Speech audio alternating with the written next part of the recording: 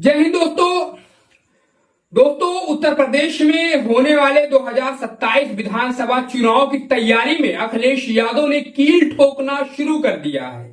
जी हां दोस्तों, समाजवादी पार्टी अध्यक्ष अखिलेश यादव 2027 में होने वाले उत्तर प्रदेश विधानसभा चुनाव की रणनीति पर उन्होंने अभी से ही काम करना शुरू कर दिया है। सपा अध्यक्ष ने विधानसभा चुनाव में 300 पार का लक्ष्य तय किया है। पार्टी पीडीए के फार्मूले पर आगे बढ़ेगी। उनकी निगाहें अनुसूचित जाति के मतदाताओं पर टिकी हैं। लोकसभा चुनाव के बाद से ही सपा ने यूपी में भाजपा के सामने नई चुनौती, नई परेशानी खड़ी कर दी है।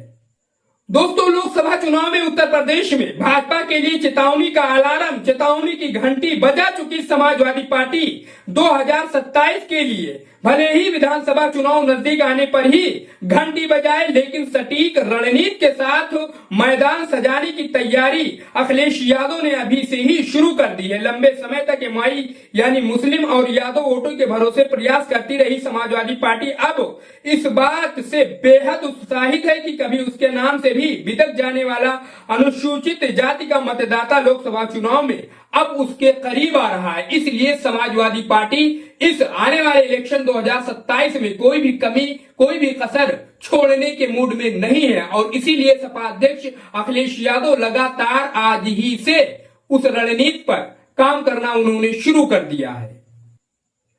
दोस्तों, बसपा के कोर वोट बैंक यानी ब्लू ब्रिगेड पर खास नजर जमाए समाजवादी पार्टी 300 विधानसभा सीटें जीतने के लक्ष्य के साथ उसी पीडीए सूत्र पर कदम बढ़ाने जा रही है, जिसने उसकी झोली में 37 लोकसभा सीटें डाल दी 2024 में। वर्तमान में सपा के पास उत्तर प्रदेश की 105 विधानसभा सीटें हैं, जबकि भाजपा के पास 251 विधायक हैं।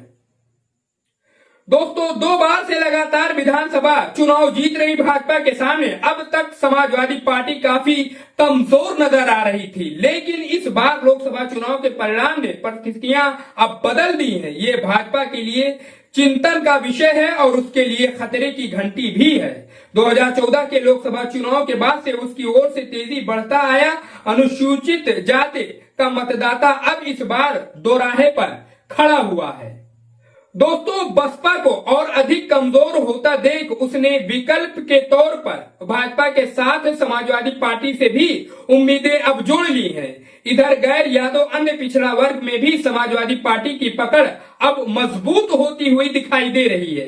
यही कारण है कि जो समाजवादी पार्टी 2014 में अकेले 2019 में बसपा से गठबंधन के बावजूद 5 संसदीय सीटें ही जीत सकी थी, उसने 2024 में 80 में से 37 सीटों पर जीत हासिल की। उसकी गठबंधन सहयोगी कांग्रेस को भी तगड़ा लाभ मिला और वो भी एक से बढ़कर एक 6 सीटों पर पहुंच गई। दोस्तों, सबसे बड़ी सफलता समाजवादी पार्टी प्रमुख अखिलेश यादव की सटीक जातीय समीकरण समझते हुए बिछाई गई बिसात की है। बसपा से सपा में आकर इस बार लोकसभा के लिए निर्वाचित हुए एक वरिष्ठ ओबीसी नेता का मानना है कि 2019 में बसपा से गठबंधन का लाभ समाजवादी पार्टी को सीटों के लिहाज से बेशक नहीं हुआ हो, लेकिन साथ काम करने से अखिलेश यादव इस वर्ग के नेताओं व कार्यकर्ताओं के बीच अपनी विश्वसनीयता बनाने में सफल रहे। चूंकि चुनाव बाद गठबंधन बसपा के प्रमुख मायावती ने अपनी ओर से तोड़ा था, इसलिए इस वर्ग में जो लोग भाजपा का विकल्प तलाश रहे थे उन्हें अखिलेश यादव ही नजर आए। इस कारण से इलेक्शन 2024 में समाजवादी पार्टी का झंडा और परचम बुलंद हुआ।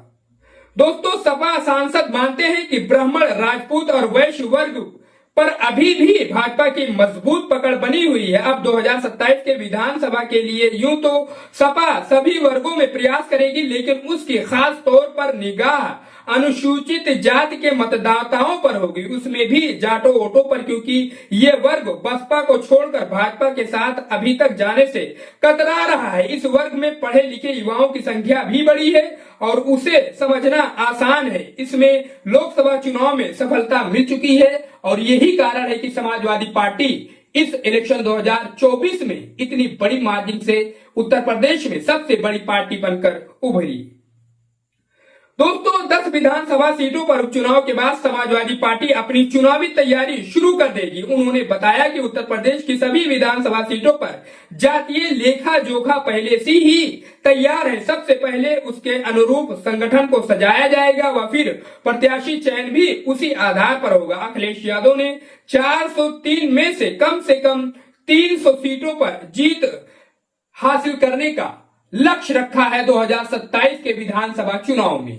दोस्तों जो लक्ष्य सपा अध्यक्ष अखिलेश यादव ने 27 के मिशन के लिए रखा है कि वो 300 सीटें जीतेंगे 403 विधानसभा सीटों में से। आपको क्या लगता है, समाजवादी पार्टी और सपा अध्यक्ष अखिलेश यादव अपने इस मकसद में कितना कामयाब होंगे और कितना कामयाब होते नजर आ रहे हैं? आप भी अपनी राय हमें कमेंट बॉक्स में जरूर बताइए और अगर वीडियो आपको अच्छा लगा हो तो चैनल को जरूर सब्सक्राइब करो, वीडियो को शेयर करो। मिलते हैं किसी नेक्स्ट वीडियो में, तब तक के लिए जय हिंद जय भारत।